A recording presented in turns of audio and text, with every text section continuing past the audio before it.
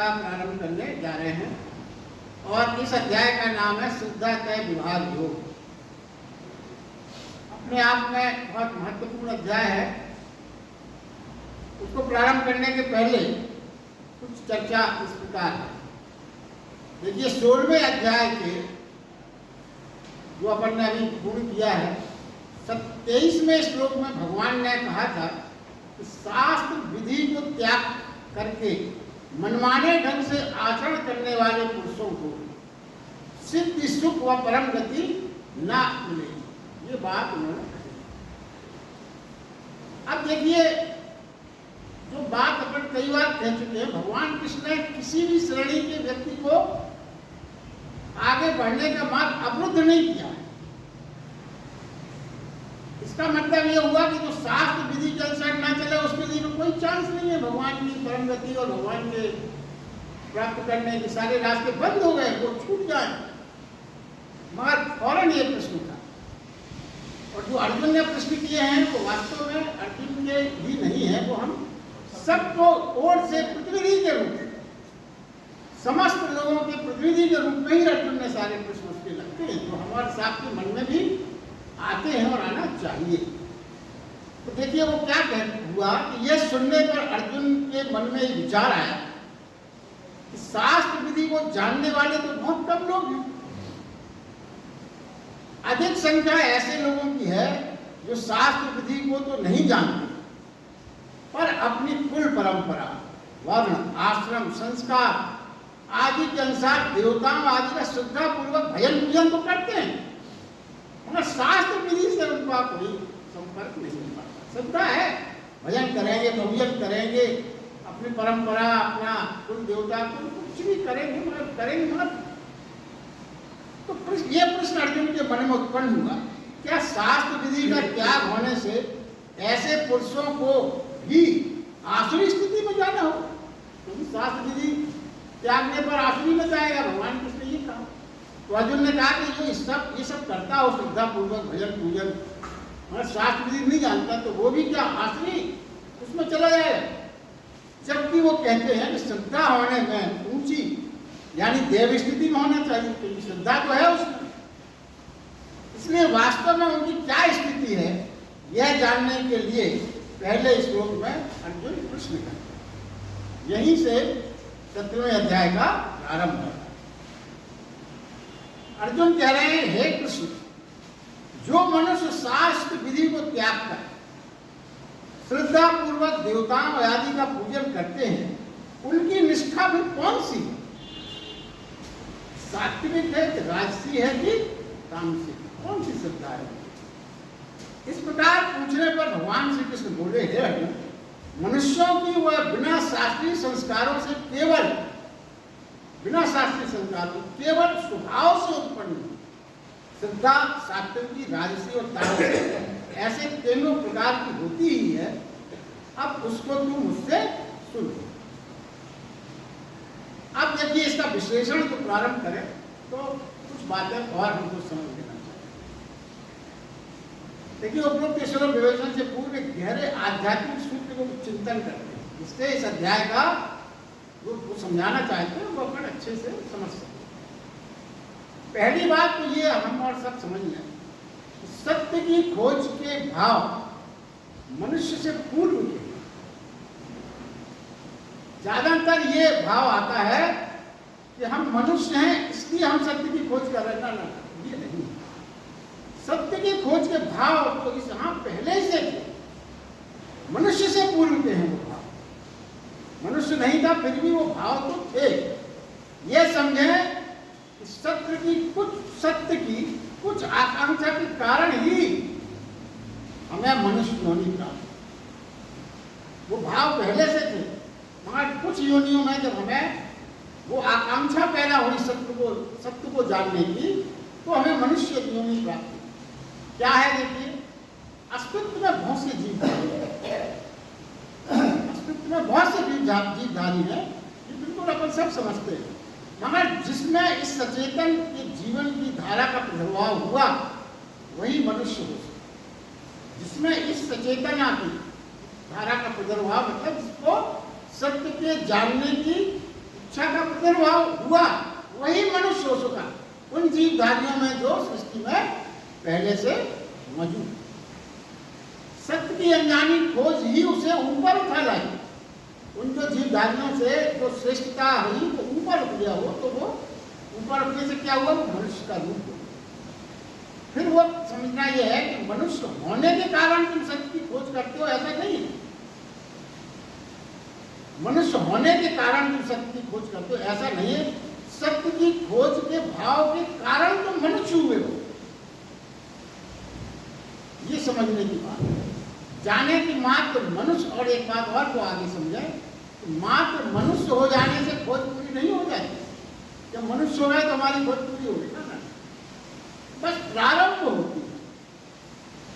जब आप मनुष्य हुए, मनुष्य योनि में, तो आपको एक प्लेटफॉर्म मिल गया कि सत्य को खोजने का प्लेटफॉर्म मिला है। प्लेटफॉर्म मिलने का मतलब ये नहीं होता कि आपकी यात्रा पूरी हो। आप रेलवे स्टेशन के प्लेटफॉर्म पर पहुंच गए, यात्रा की संभावना है, व्यवस्था है, मगर अभी आपको यात्रा करनी पड़ेगी।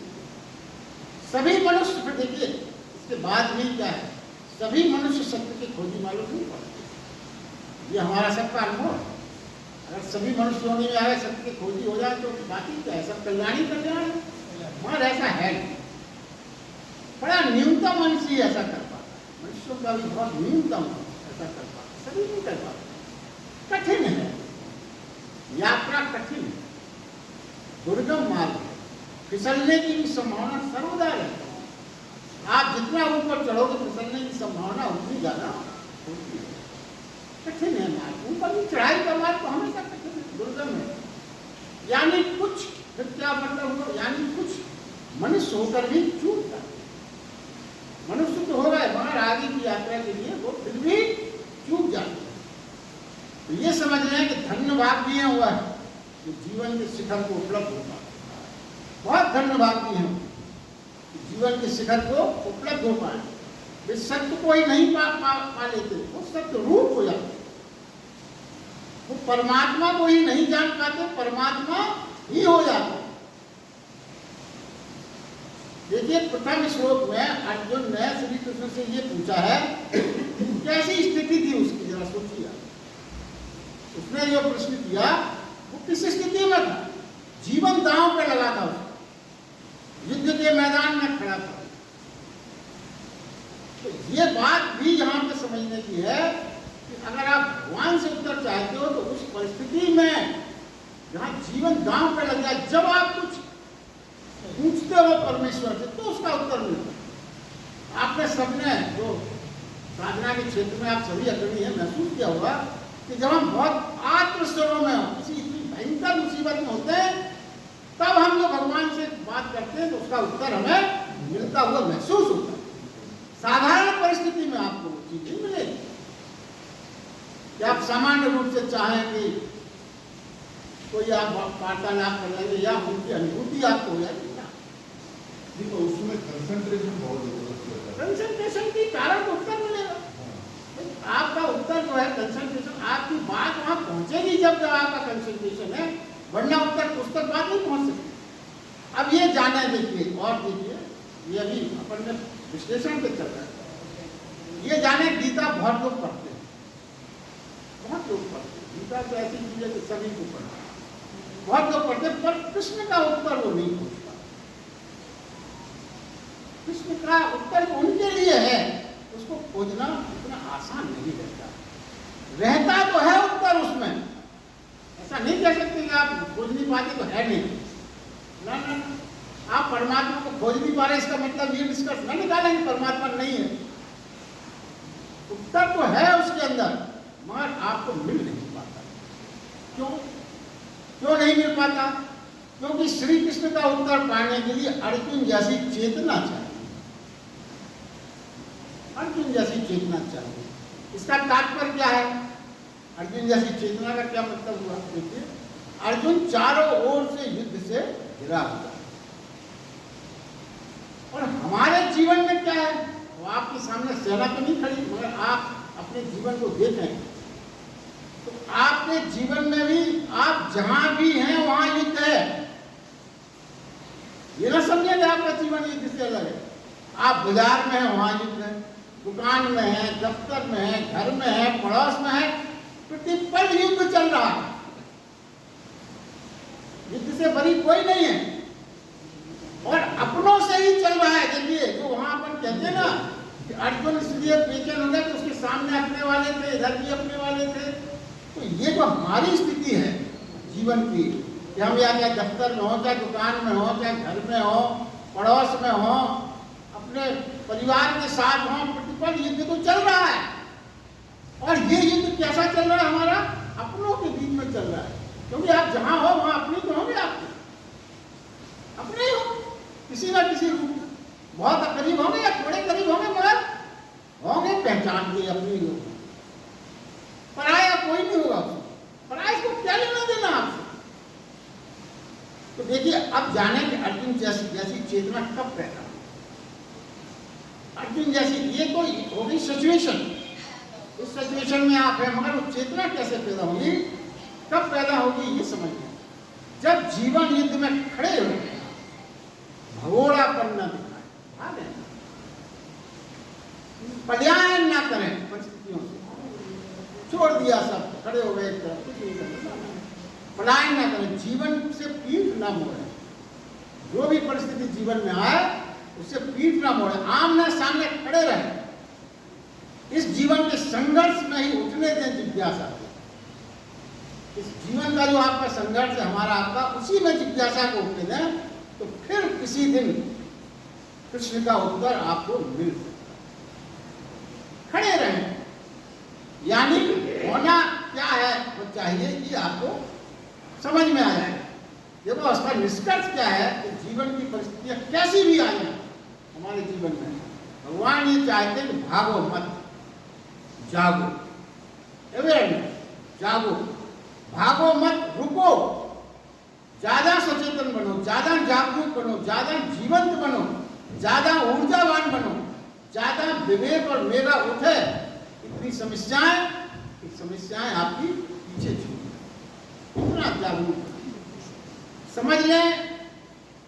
एक बात, गीता में ही मनुष्य का भविष्य छिपा है। क्यों ये बात नहीं? क्योंकि खाली कहने से तो कोई बात मानना ही नहीं चाहिए। गीता ही में भविष्य छिपा क्यों भाई? इतने और भी तो संत साधु ने बहुत से रास्ते बताए, गीता ही क्यों आप कहते हो? गीता में ही है। देखिए पहले जो संन्यास था, संसार छोड़ने का सिद्धांत पर बना था, इसका महावीर का, बुद्ध का सिद्धांत संसार छोड़ने के सिद्धांतों के आधार पर था उनका संन्यास। तो महावीर बुद्ध के सिद्धांतों का भी आज बदलती दुनिया में वो संन्यास बच नहीं सकता, क्योंकि आज ये संभव नहीं है कि आप सब छोड़ के सन्यासी होने के लिए निकल पड़े, नहीं हो सकता है। अब दुनिया वो नहीं रही जो उस समय थी।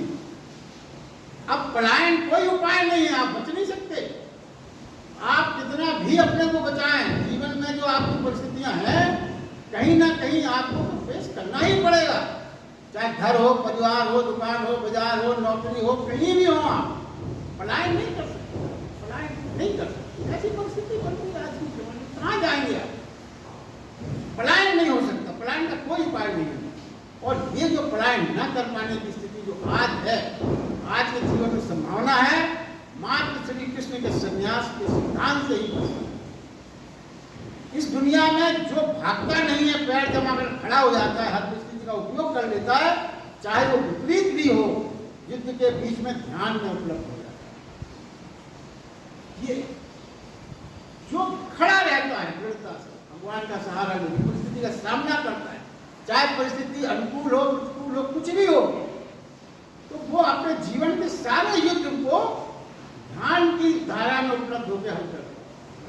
इसीलिए भगवान ने कई जगह कहा तुम योगी हो जाओ फिर युद्ध कर। कितना आश्चर्यजनक बात है, योगी हो जाता है फिर युद्ध कर। बड़े गहरे सूत्र हैं और यही सब गीता में समझना है। हमें अपने जीवन में किसी भी परिस्थिति से भागना नहीं है, सामना करने की सामर्थ्य है। भगवान का सहारा लो, सारे उत्तर आपको उसमें। देखिए ये भी जान लें कि हिमालय पर बैठकर कोई शांत हो जाएगा, जो संन्यास की परिभाषा पहले थी, अगर उसी की व्याख्या करें तो हिमालय पर बैठ के कोई शांत हो जाएगा सर्वदा, ऐसा नहीं होता है। शांति का जो भ्रम है हो जाता है कभी कभी, तो हिमालय में बड़ी शांति है, शांति का भ्रम हो जाता है कि भाई बहुत अच्छा है, यहाँ बड़े शांत है। वह शांति जो है, जो आभास आपको हो रहा है, वो आपके रूपांतरण की नहीं है, वो हिमालय के वातावरण की है। वो वातावरण वहां ऐसा है कि आपको लगता है कि शांति हो गई, शांति प्राप्त हो गई। रूपांतरण यदि आप कर सके ठीक से, तो जब अधिकांशतः देखिए आप जो वहाँ हिमालय में वर्षों रहते हैं, मगर जब हिमालय से वापस दुनिया में दादी में आ जाते हैं जब, तो फिर वही कामना, फिर वही लालसा, फिर वही लोग जागृत हो जाते हैं। अंतर्मन में तो चलता ही है, चलता ही रहता है अंतर्मन में, मगर वहाँ ये भ्रम हो जाता है कि बड़ी शांति है। अगर वास्तव में उनका रूपांतरण हो गया होता, तो इस दुनिया में आने के बाद भी उन्हें कामना, लालसा, लोभ जागृत नहीं होना चाहिए था, मगर वो हो गया। इसका मतलब वो सारी कामनाएं, लालसाएं कहीं ना कहीं अंदर दबी हुई, छिपी हुई थी, क्योंकि हिमालय की शांति में उनकी आवश्यकता प्रतीत नहीं होती, इसलिए दबी थी, वातावरण ही नहीं था। वातावरण नहीं था तो वो जागृत सुप्तावस्था में चली गई, अचेतनता में वो फैल गई। अब देखिए, अब मूल विवेचन जो श्लोक था उसका अपन लेते हैं। उसमें क्या है, शांत 3 सूत्र खोजे गए। ज्ञान में 3 सूत्र अपन ने हमेशा पहले भी समझे हैं। कौन कौन से? सत्य, रज और तम। 3 सूत्र अपन कई बार इसकी चर्चा कर चुके। सारा अस्तित्व इन 3 गुणों से ही बना है, ये भी अपन ने अच्छे से समझ लिया। जीवन धारा जो हमारी चल रही है, इन तीनों गुणों का खेल। जो भी जीवन धारा, जिस दिशा में भी हमारा जीवन धारा है, वो वास्तव में इन तीनों गुणों का खेल है। ये अपन ने इसका भी काफी विश्लेषण किया। 3 फोर्स लग रहे हैं, आपकी धारा किधर होगी? गति की तो रिजल्टेंट फोर्स होगा, तीनों फोर्स। जिसने इसको जान लिया, समझ लिया, जीवन की कुंजी उसके हाथ में आ गई, ये समझ। अब अलग अलग इन गुणों को थोड़ी सी व्याख्या समझ लेंगे, इसलिए इस अध्याय का अपन को आधार समझना है। तम, तम का अर्थ है बांधने वाली शक्ति, ठहरना, रुकना, ये तम है। तम ना हो तो चीजें चलती रहे, रुकेंगी नहीं, इसलिए तम का होना नितांत आवश्यक है, चलती रहे चीजें। अवरोध की ऊर्जा, आलस्य भी, आलस्य को भी तम का रूप कह दिया गया। गुरुत्वाकर्षण भी तम का रूप माना गया। एक ही रूप है जो गति का अवरोध है।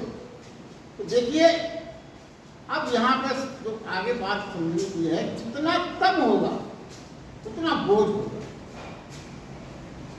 कितना तम होगा, अवरोध की शक्ति अगर बढ़ती गई तो जितनी अधिक अगर आलस्य के रूप में है, आलस्य जितना वो आपको बढ़ेगी तम की शक्ति, उतनी आपके ऊपर बोझ होगा। तो तम से घिरा व्यक्ति ऐसे चलता है जैसे सिर में बहुत भारी बोझ रखते। देखिए, अलसाया हुआ आदमी कैसे चलता है। जीवन में अपने सब नहीं होते, जो आलस में है, उठने की इच्छा नहीं है, निरंतर लेटे रहो, उसको अगर उठना पड़ा, थोड़ा बहुत भी चलना पड़ा किसी काम से, तो ऐसे चलेगा वो जैसे सिर पे बहुत भारी बोझ कुछ लगा हुआ है। बोझ तो जो अच्छा चलता है, स्मार्टनेस भी चल रहा है, उसका नहीं होता है। अब देखिए, जो बोझ उसके सिर में महसूस होता है, कोई तराजू है क्या ऐसे जिस बोझ को आप तोल सकते? कोई तराजू नहीं। बोझ तो महसूस होगा, मगर तराजू से उस बोझ को तोला नहीं जा सकता। क्यों? ये आत्मिक बोझ है, चिंता, दुर्गुणों का, गलत आदतों का, गलत संस्कारों का, गलत संबंधों का, गलत निर्णय का, ये सब बोझ तामस का फैलाव है। ये जो बोझ है जीवन के, यही तामस का फैलाव। अब इस बोझ को आप तोल नहीं सकते, मगर बड़ा बोझ लगेगा, इतना बोझिल हो जाएगा दिमाग, आप उस स्थिति की कल्पना कर सकते हैं। यदि आप अपनी चेतना की स्थिति से ऊपर नहीं उठ पा रहे हैं, तो ये जान लें कि तमस का वजन बहुत अधिक है। यदि आप आध्यात्मिकता की यात्रा में, चेतना की यात्रा में यदि आपको लग रहा है कि हम चल नहीं पा रहे, ठीक से हो नहीं पा रहा है, कुछ हमारी उपलब्धि नहीं हो पा रही, तो पहला बिंदु ये बिल्कुल दृढ़ निश्चय कर लीजिए कि तमस का बहुत अधिक वजन है। मगर देखिए तमस जरूरी भी है, अपराध भी है, पर उसका एक निश्चित अंश जरूरी है, निश्चित अंश। जैसे भोजन के साथ नमक, उतना अंश जरूरी है। तो वो भोजन के साथ नमक थोड़ा सा स्वाद बढ़ाता है, मगर आप मात्र नमक से भोजन नहीं कर सकते। नमक से अकेले भोजन नहीं किया जा सकता। तमस नीचे ला सकता है यदि अतिशय हो जाए तमस, तो वो आपको नीचे लाएगा। तमस ऊर्ध्वारोहण भी हो सकता है यदि समझदारी से उसका उपयोग किया जाए, तो वो ऊर्ध्वारोहण के लिए भी हो सकता है उपयोगी, वहां समझदारी से। तो देखिए योगी तमस को काट नहीं डालता, उसका सम्यक उपयोग करता है। अति मारता है पर समय उपयोग सदा सहयोगी है। तो कोई भी साधना करना, कुछ करना, उसके लिए विश्राम तो आवश्यक है ना। बिना विश्राम के आप कैसे कुछ कर सकते हो? उतना विश्राम, उतना तम तो आवश्यक है। तो उसको कहा गया संयमक उपयोग तम का करना। तो वो क्या होगा, अगर आप संयम का उपयोग करोगे तो वो आपका सहयोगी हो जाए, साथी बनता है। रजस क्या है बताया गया? रजस है ऊर्जा, त्वरा, शक्ति, भागना, महत्वाकांक्षी होना, बिना सोचे बिना दौड़े बस दौड़ना ही दौड़ना, गति, वो रज की लक्षण है।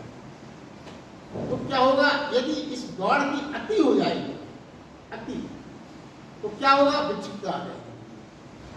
क्योंकि दौड़ने की भी एक सीमा है। अगर आप बहुत दौड़ते तो आज देखते हैं जो बहुत से लोग बहुत बेचैन रहते हैं, ये कर ले वो कर ले वो कर ले, तो वो अल्टीमेटली कुछ दिनों में उनमें विक्षिप्तता आ जाती है। स्वभाव विक्षिप्तता का मतलब पागल हो जाना नहीं है, बात बात में झुलाएंगे, आप कुछ पूछोगे जवाब पूछ देंगे, कुछ बात आप उनसे कहोगे सुन ही नहीं पा रहे हैं, उनके दिमाग में जाएगी नहीं, तो पूछेंगे क्या कहा था। कई बार ऐसी स्थिति आपको देखी होगी, उनसे कुछ पूछो, उनका ध्यान कहीं और है, वो अपने नोट गिन रहे, पैसे दुकानदारी या कहीं बिजनेस, जहाँ भी उनका ध्यान हो, चिपता आ जाए। तो रजस की एक देखिए, फिर भी रजस की एक मात्रा चाहिए ना, थोड़ी मात्रा की रजस की जरूरी है जीवन में, जिससे जीवन में संतुलन रहता है। तो देखिए बुद्ध भगवान हो वो भी उतना रजस तो चाहिए। बुद्ध भगवान को भी कितना रजस चाहिए जिससे वो तपस्या कर सकें, ध्यान कर सकें, साक्षी की खोज कर सकें। बस उतना रजस तो उनको भी चाहिए, उतनी तो उन्हें भी चलना फिरना, उतना रजस उनको भी चाहिए। यानी उतना तमस, उतना तमस जिससे विश्राम हो जाए, जिससे आगे के काम के लिए आप तैयार हो जाए, उतना तमस। और उतना रजस जिससे जरूरी श्रम हो जाए। तो जीवन यापन आप रजस नहीं करोगे तो कैसे करोगे? उतना श्रम जीवन के लिए उतना आवश्यक है।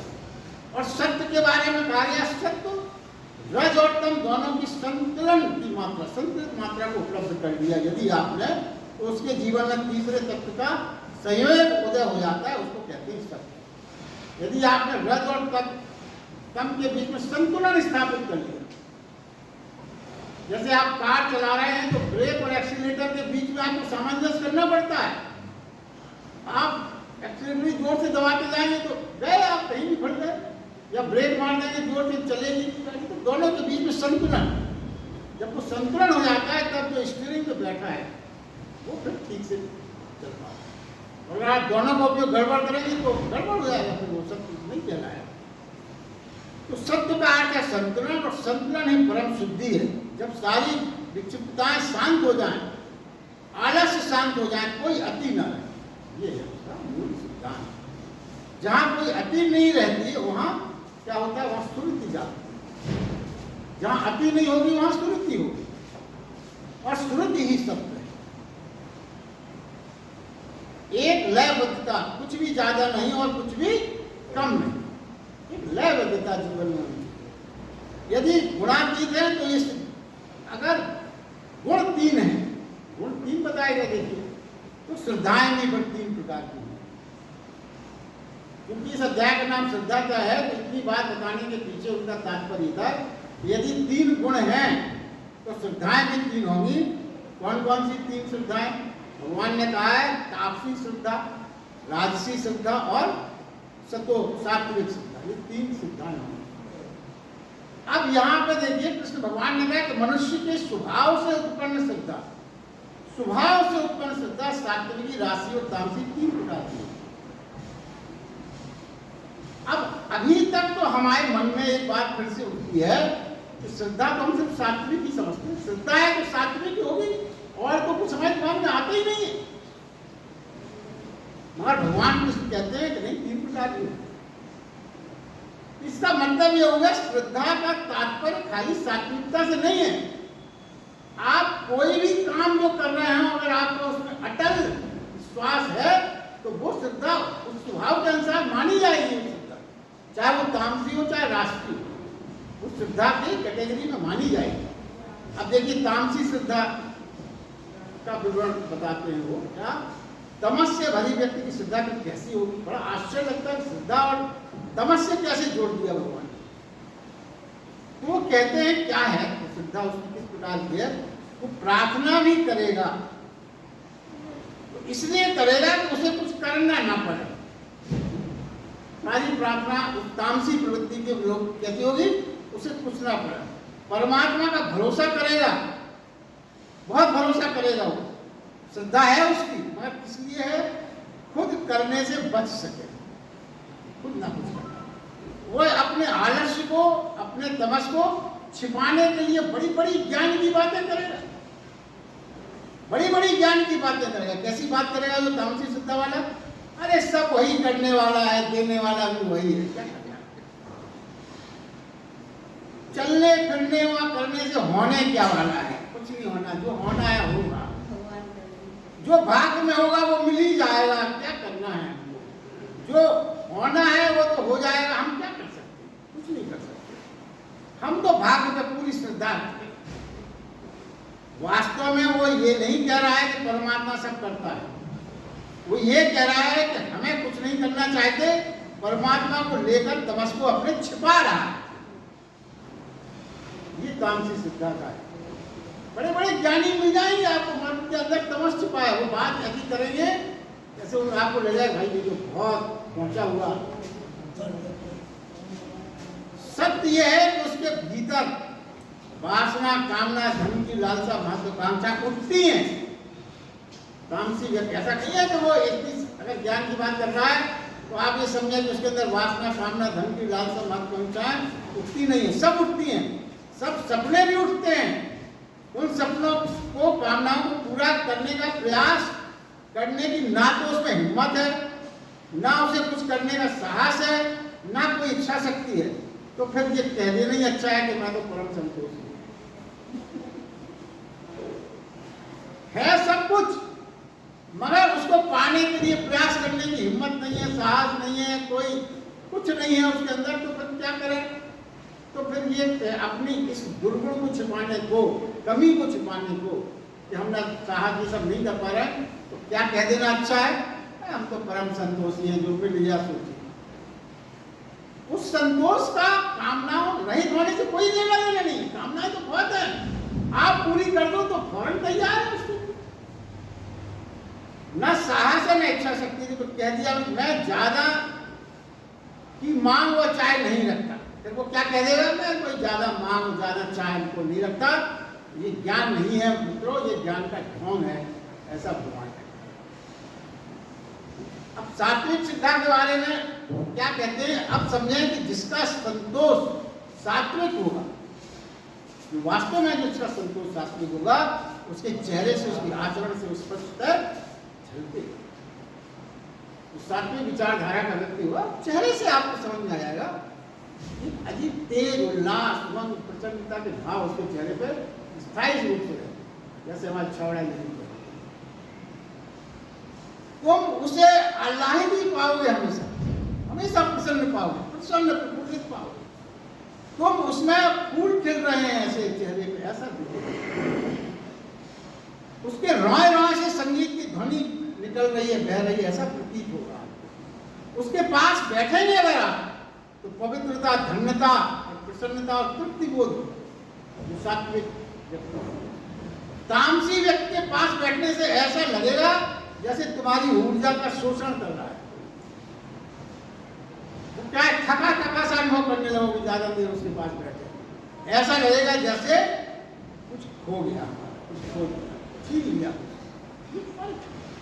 और आप सच माने, कभी कभी आश्चर्य होता है कि किसी के साथ बैठने में बड़ा मजा आता है, किसी के साथ लगता है कहाँ से आ गया, आज कौन सी किसका मुंह देखा, ये आ गए पधार गए। क्यों होता है? इसके पीछे जो मनोवैज्ञानिक सत्य है वो गीता में आज आप समझो। राजस व्यक्ति क्या है, राजस श्रद्धा क्या है? राजस व्यक्ति के पास बैठते ही क्या होगा, वो तुम्हारी महत्वाकांक्षाएं बढ़ा देगा। वो क्या कहेगा, ये करो, ये क्यों नहीं करते, ये ट्राई करो, चलो कुछ तो करो, चलो यही काम निपटा लो, खाली मत बैठो। देखिए ये बड़ी मनोवैज्ञानिक बातें हैं और आपने रोज महसूस की। उपद्रव, राजनीति, हिंसात्मक प्रक्रिया, सब कुछ ये सब राजस के कारण है।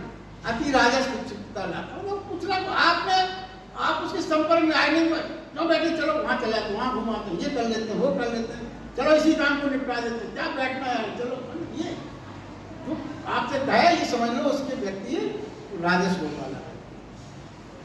और क्या है देखिए, राजसी व्यक्ति राजसीपन को अपनी श्रद्धा बनाएगा। तो श्रद्धा की बात जोड़ी गई थी, तामसी व्यक्ति आलस्य को अपनी श्रद्धा बनाएगा। श्रद्धा तो है, श्रद्धा का मतलब तो शुरू में कहा कि सात्विकता भर से न जोड़े।